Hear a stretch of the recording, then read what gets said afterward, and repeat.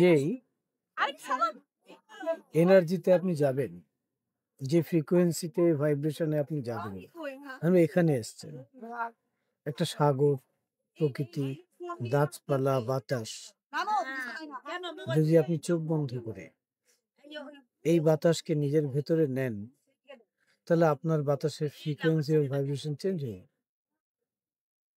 আপনি যদি মাটিকে ছোঁন ইনটেনশনলি ফোকাস করে, তাহলে আপনার যত ধরনের নেগেটিভিটি আছে চলে যাবে। আপনি যদি আকাশের দিকে তাকান, আপনার অন্তরটা বড় হয়ে যাবে, সব ভয়গুলো দূর হয়ে যাবে।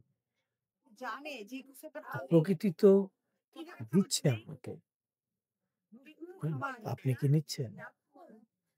মাঝে মাঝে এভাবে আসেন, প্রকৃতির সাথে একাত্ম হয়ে দেখেন জীবনটা কি আনন্দে, জীবনটা কি সুখী।